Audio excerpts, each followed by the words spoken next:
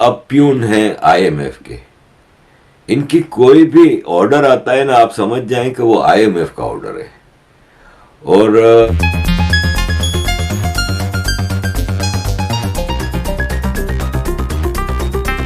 जब आपको याद होगा कि ऑटोमन एम्पायर जब बहुत ज्यादा कर्जे में आ गई थी, और क्योंकि ये कन्वर्टेड मुसलमान है ना, ये दोगले हैं, इनको अपनी असलियत से शर्म आती है।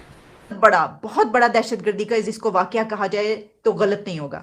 इसकी वजह यह है कि दहशतगर्दी के इतने बड़े वाकयात कुछ अरसा पहले हुआ करते थे, मस्जिदों में धमाके और इस तरीके से, लेकिन फिर हमने देखा कि आहिस्ता आहिस्ता इतना बड़ा धमाका जो है वो कुछ इस तरीके से अभी तक काफ़ी अरसे से नहीं हुआ था। लेकिन अब हम ये देख रहे हैं कि ये पेशावर पुलिस लाइंस की जो मस्जिद है वहाँ पर ये खुदकुश धमाका हुआ है, और इसमें अभी तक जो लोग अपनी जानें दे चुके हैं उनकी तादाद, जो कि ये पेशावर पुलिस लाइंस की जो मस्जिद है वहाँ पर ये खुदकुश धमाका हुआ है, और इसमें अभी तक जो लोग अपनी जानें दे चुके हैं उनकी तादाद जो मीडिया पे बताई जा रही है वो तो है 30 के करीब, 32, 35। लेकिन मैं आपको ये बता देती हूँ कि मीडिया पर, यानी कि मेन स्ट्रीम मीडिया पर जो आ रहा होता है वो काफ़ी कम होके बताई जा रही होती है। तो आप ये समझ सकते हैं कि 40 से ऊपर तो हो चुके होंगे मरने वालों की तादाद। और फिर इसमें जो इंजर्ड हैं, जो जख्मी हैं, उनकी तादाद बहुत ज़्यादा है। वो ये कहे जा रहे हैं कि तकरीबन 100 से ऊपर, 150 के करीब, 150 के करीब लोग ऐसे हैं जो कि बहुत ज़्यादा ज़ख्मी हैं, और उनकी भी पता नहीं वो बचते हैं, क्या होता है क्या नहीं होता। तो इससे हमें ये पता चल रहा है कि रात तक और सुबह तक इसकी तादाद बहुत ज़्यादा हो जाएगी, इसके अंदर जा बहक होने वालों की। इसके लिए ज़रा ये बता रहे हैं, सोर्सेज ये बता रहे हैं कि टीटीपी ने रिस्पॉन्सिबिलिटी क्लेम कर दी है। टीटीपी का ये कहना है कि ये उन्होंने किया है, उनकी जिम्मेदारी है, और वो इसको कबूल कर रहे हैं। जैसा कि आप जानते हैं कि ऐसे कोई भी धमाके पहले भी होते रहे हैं तो उसमें टीटीपी या जो भी ऐसा ग्रुप होता है वो क्लेम कर देता है। तो टीटीपी की तरफ से ये क्लेम किया गया है, हमें तो यही नज़र आ रहा है जो सोर्सेज बता रहे हैं। अच्छा, इसमें एक और बात ये है कि मुझे हैरानी इस चीज़ की है कि ये जो मस्जिद है और ये जो एरिया है ये एक बहुत ही हसास सेंसिटिव एरिया है, जिसको आप रेड जोन कह सकते हैं। जब मैं जो खुदकुश अगर था बमबार, यानी वो जैकेट पहन कर आया था और वहां पर आके फटा, तो वो कैसे पहुंचा वहां पर? और डीआईजी और सीटीडी के ऑफिस भी मौजूद है, यानी डीआईजी का ऑफिस भी मौजूद है, इसमें पुलिस का ऑफिस भी मौजूद है। इतने ऐसे एरिया में ये कैसे हो सकता है कि एक बंदा जैकेट पहन के आया? अब आप सोचें कि उसने कितनी चौकियां क्रॉस की होंगी, उसने वो कहाँ कहाँ से जो गया होगा, लेकिन वो वहां पे पहुंच गया। हमला हुआ, धमाका हुआ और मस्जिद में जुम्मे के वक़्त, और तकरीबन कहा जा रहा है कि एक बड़ी तादाद में 30 से ज़्यादा लोग जो हैं वो शहीद हो गए हैं, 150 से ज़्यादा ज़ख्मी हो गए हैं।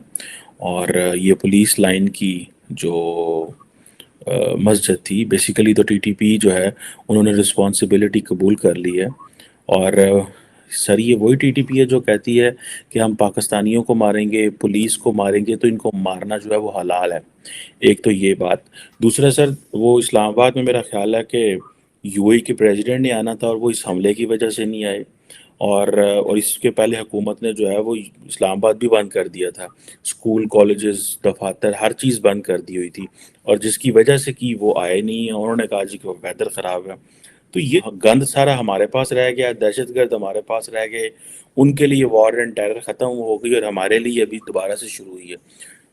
डॉलर है सर, उसकी अपनी एक चीज़ है, वो जो है ऊपर जा रहा है, रुपया नीचे गिर रहा है। सो ये क्या सिनेरियो सर बन रहा है, particularly this rising wave of terrorism and ये जो प्रायोरिटीज़ हैं पॉलिटिकल विक्टिम। देखें जी, ये इस वक्त पाकिस्तान जो है ना वो अपनी हिस्ट्री के जो डीपेस्ट और जो इंडिकेटर्स हैं और जो सिम्टम्स हैं जो दिखाई दे रही हैं आपको इर्द गिर्द, उनमें अगर ये देखें तो ये सिचुएशन 71 में भी नहीं थी जब बांग्लादेश की हुआ। उस वक्त आप देखें कि आपकी जो करेंसी की डीवैल्यूएशन हुई थी, that was not matching with today. आज आपकी करेंसी जो है उसकी कोई वैल्यू ही नहीं, एक तो होता है ना डीवैल्यूएशन, उसकी कोई वैल्यू ही नहीं रही, और जो वैल्यू है भी वो आपने आर्टिफिशियली उसको पकड़ा हुआ है। जो ही आप उसको वो जो आर्टिफिशियल जो ऑक्सीजन दे रहे हैं वो आप उससे निकाल दें तो वो तो फिर आप भूल जाए ना कि आपकी करेंसी जो है उसकी क्या। ये नंबर 1 इशू है। और उसके ऊपर किसी पे बस नहीं है بلکہ ان چیزوں کو کنٹرول کرنے کے لیے آپ کی جس طرح کی ایک جو ہے نا پولیٹیکل اور سوشیو اکنامک اسٹیبلٹی کی ضرورت ہوتی ہے، that is leaking. And why that is leaking, اس کی آپ نے خود مثال پیش کر دی کہ جو آج پشاور میں ہوا، جس کا مطلب یہ ہے کہ تیسرا بڑا پرابلم پاکستان کا جو ہے وہ دہشت گردی ہے.